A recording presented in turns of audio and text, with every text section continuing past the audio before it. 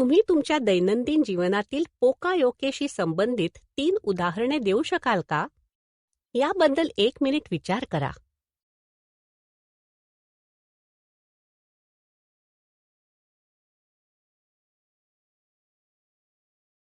पुढे जाण्यापूर्वी दैनंदिन जीवनातील पोकायोकेच्या उदाहरणांवर एक छोटासा व्हिडिओ बघूया.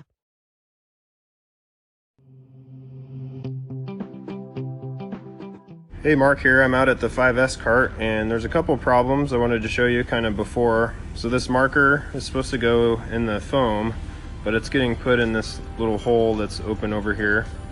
So that's one thing. And then the other one is the ruler was getting hung on the wrong hole and it kind of doesn't really hang that well. So there's a couple things we could do. We could take the easy road and blame people and try to retrain and everything else, but that won't really last in the long term. So a key lean concept is blame the process, not people. So these are a couple simple improvements to mistake-proof the process. Just put tape over those holes so you can't put that in the wrong place or make that mistake. And then another one was just tape off the holes on the ruler that aren't used. So really eliminates that problem. And then when I was putting this back, I was struggling to find that hook. So this is kind of another opportunity to improve. So here's a little bonus improvement. To make that easier, I painted around the correct hole and then painted the end of the hook. So it's very easy to see everything and where it goes. So thanks everyone.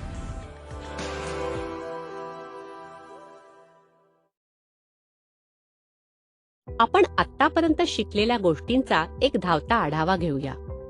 आत्तापर्यंत या मॉड्यूलमध्ये आपण खालील विषय शिकलो आहोत. पोकायोकेचा परिचय, गुणवत्तेची संकल्पना, दोष दूर करणे, पोकायोकेची उदाहरणे. आपण पुढे जात असताना पुढील भागात आपण पोकायोके, चुका आणि दोष याबद्दल शिकूया.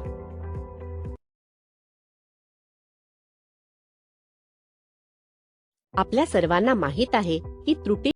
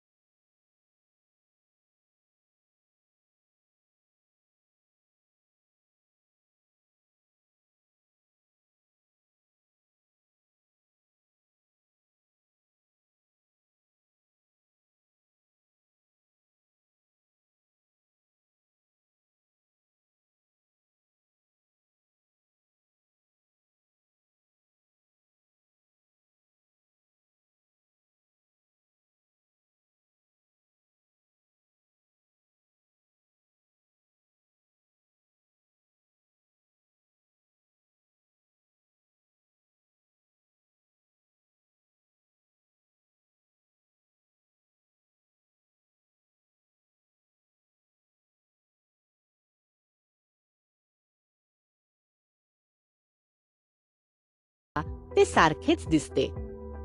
ह्याला त्रुटी सुरक्षित करण्याकरता असेंब्ली फिक्स्चरवर एक मेटिंग गिअर प्रदान केले आहे, जेणेकरून चुकीची गिअर असेंब्ली होणारच नाही. दर्शविलेल्या प्रतिमेत आपण पाहू शकता की एक डमी मेटिंग गिअर प्रदान केला आहे, ज्यासह एकत्र केले जाणारे गिअर तपासले जाते.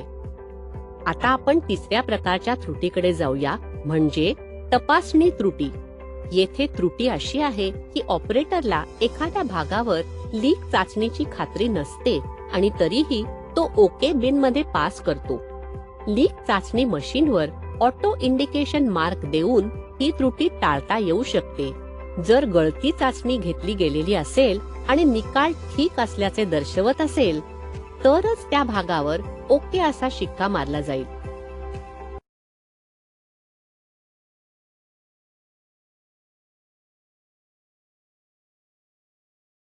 पहिल्या व्हिडिओमध्ये सिलेंडर हेड लिकेज चाचणी केली जाते.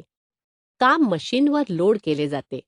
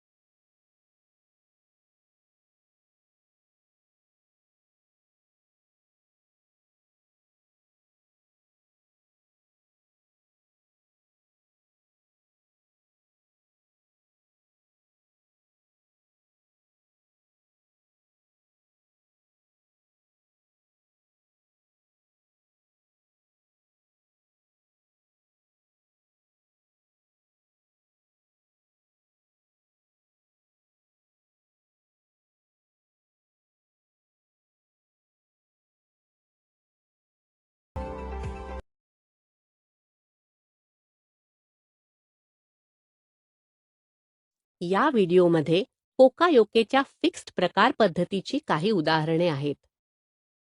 हे व्हिडिओ पाहिल्याने अनेक प्रकारचे मिस्टेक प्रूफिंग समजून घेणे खरोखर सोपे होते. हे व्हिडिओ तिच्यासोबत शेअर केल्याबद्दल रजनी तिच्या वडिलांचे आभार मानते. The second type of mistake proofing is fixed value. The fixed value method is used in operations where the same activity is repeated several times. This method employs automatic counters, timers, or optical devices and controls the number of moves, the rate and length of movement, as well as other critical operating parameters, for example, time or the number of units. So here are some common examples of fixed value type mistake proofing. A bag filling machine with weight control to make sure all bags contain the same amount of product. Tablet counters are used in pharmacies to ensure the correct quantity is dispensed without having to manually count out tablets one at a time. Traffic lights change after a period of time to optimize traffic flow. There's a countdown timer on a microwave to prevent overcooking. Space separation with barriers is used in airports and theme parks to prevent queue jumping. And turnstiles in train stations and concert venues are used to regulate the flow of human traffic. The direction of flow can be reversed at certain times of the day or at the end of the concert.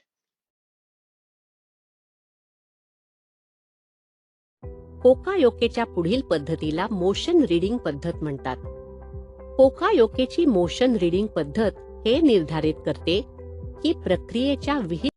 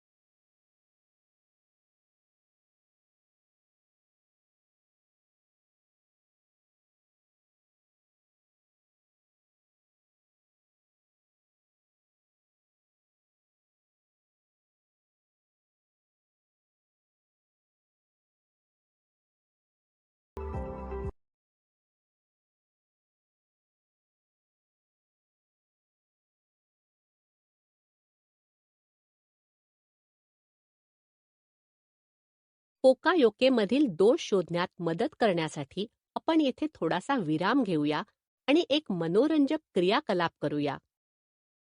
क्रियाकलाप येथे थेट उत्पादन संयंत्रातून तयार केलेली अर्थ मूव्हरची प्रतिमा आहे.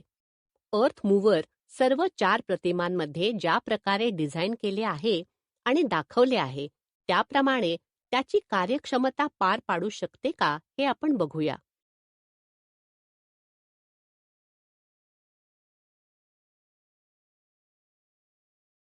आता एक द्रुत रिकॅप करूया.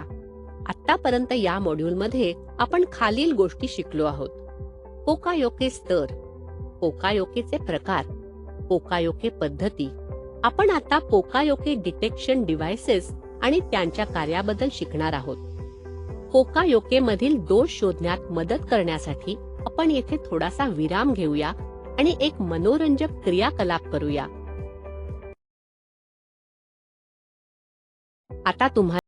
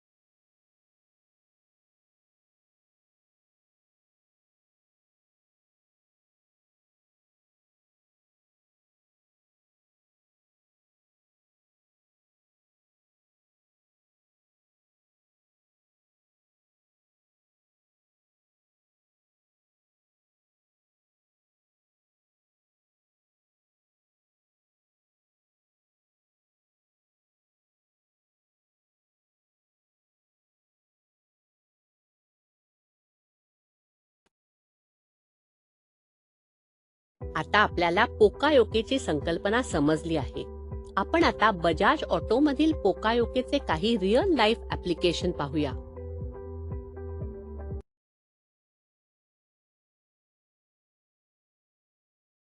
आपण त्रुटींची काही उदाहरणे पाहूया. येथे जाडीची कमी असल्याने ऑपरेटरला एकाच्या जागी 2 वॉशर निवडणं शक्य आहे. पोकायोके येथे लागू केल्यानंतर तुम्ही सिंगल वॉशर डिस्पेन्सर पाहू शकता, जे एका वेळी एकच वॉशर देते. 2 प्लेट्स मध्ये एक अंतर प्रदान केले आहे, जेणेकरून एका वेळी एकच वॉशर बाहेर येऊ शकेल.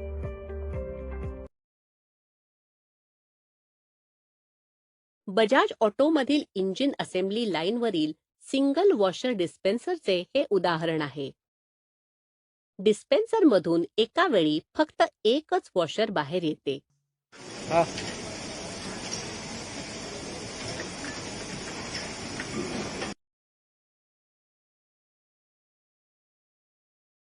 या प्रतिबंधात्मक प्रकारच्या पोकायोकेमध्ये ऑपरेटरद्वारे एक घटक गहाळ होण्याची शक्यता आहे. हे ट्रान्समीटर रिसीव्हर यंत्रणा किंवा पिकअप सेन्सरद्वारे प्रतिबंधित केले जाते. जर इंजिन असेंब्ली लाईनच्या सायकलच्या वेळेच्या बरोबरीने निर्धारित वेळेत ऑपरेटरने घटक उचलला नाही, तर तो प्रथम अलार्म देतो आणि नंतर लाईन थांबवतो. त्यामुळे चूक होण्याची शक्यता नाहीशी होते.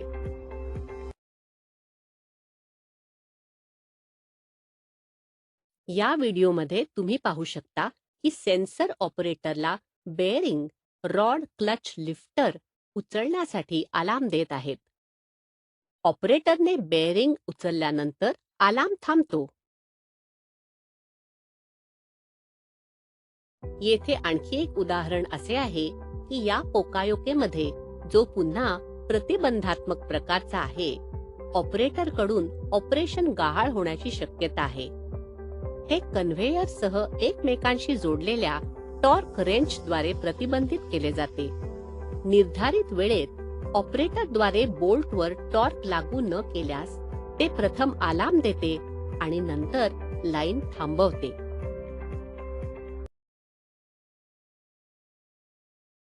आपण व्हिडिओमध्ये पाहू शकता की टॉर्क ऍप्लिकेशन क्रियाकलाप कन्व्हेयरसह एकमेकांशी जोडलेला आहे. पोकायोके स्टँडवरील 2 दिवे लाल म्हणून दाखवते. ऑपरेटर निर्दिष्ट बोल्टवर टॉर्क लागू करताच लाल दिवा बंद होतो.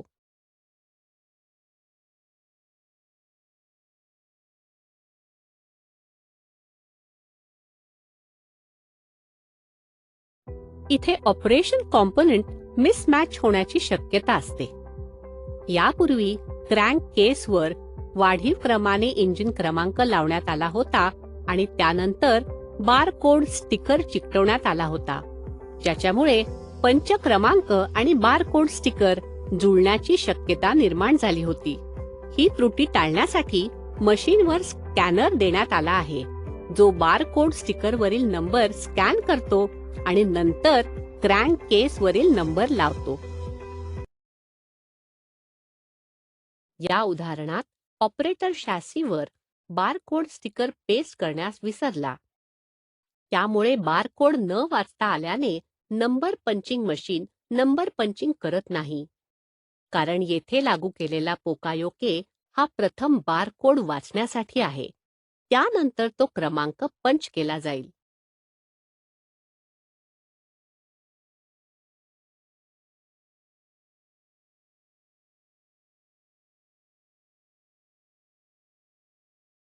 येथे त्याच उदाहरणात ऑपरेटर बारकोड स्टिकर पेस्ट करतो. मशीन नंतर तेच स्कॅन करते.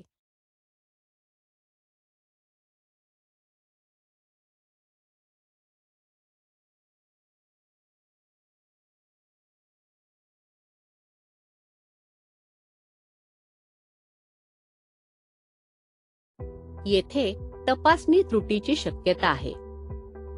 याआधी जिथे त्रुटी असण्याची शक्यता होती तिथे मॅन्युअली तपासणी केली जात होती. ही त्रुटी टाळण्यासाठी व्हिजन कॅमेरा तपासणीसाठी देण्यात आला होता. व्हिजन कॅमेरा फोटो घेतो. काम ठीक असल्यास ते पुढील असेंब्लीसाठी दिले जाते आणि काम ठीक नसल्यास ते काम उप असेंब्ली ऑपरेटरकडे परत केले जाते.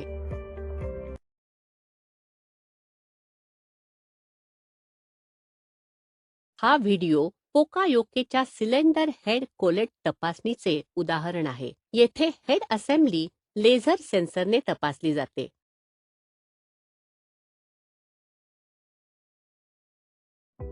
मागील उदाहरणांप्रमाणे येथे तपासणी त्रुटीची शक्यता आहे. याआधी जिथे त्रुटी असण्याची शक्यता होती तिथे मॅन्युअली तपासणी केली जात होती. ही त्रुटी टाळण्यासाठी मशीनमध्येच तपासणीसाठी सेन्सर देण्यात आला होता. या सर्व उदाहरणांवरून तुम्हाला कदाचित चांगली कल्पना आली असेल की पोकायोके संकल्पना उद्योगात दोषमुक्त उत्पादने आणि प्रथमच योग्य उत्पादने तयार करण्यासाठी कशी वापरली जात आहे. मागील स्लाइडवर स्पष्ट केल्याप्रमाणे हे क्रँक केस ऑइल पॅसेज चेकिंग पोकायोकेचे उदाहरण आहे. क्रँक केस फिक्स्चरवर लोड केल्यामुळे ऑइल पॅसेजमधून हवा उडते. जर ऑइल पॅसेज खुला असेल तर पुढील प्रक्रिया केली जाते. तसे न केल्यास दोषपूर्ण क्रँक केस नाकारली जाते. अधिक चांगल्या प्रकारे समजून घेण्यासाठी हा व्हिडिओ पाहूया. आधीच्या उदाहरणांप्रमाणे तपासणी त्रुटीचे आणखी एक उदाहरण येथे आहे. ही एक screw tightening job instruction system आहे. चांगल्या प्रकारे समजून घेण्यासाठी हा व्हिडिओ पहा. There are two key points in the work: using the correct parts and installing the parts according to the correct method. In the screw tightening job instruction system, the indicator screen in front of the worker displays the type and number of screws and the type of electric screwdriver to be used. The LED lamp lights up to indicate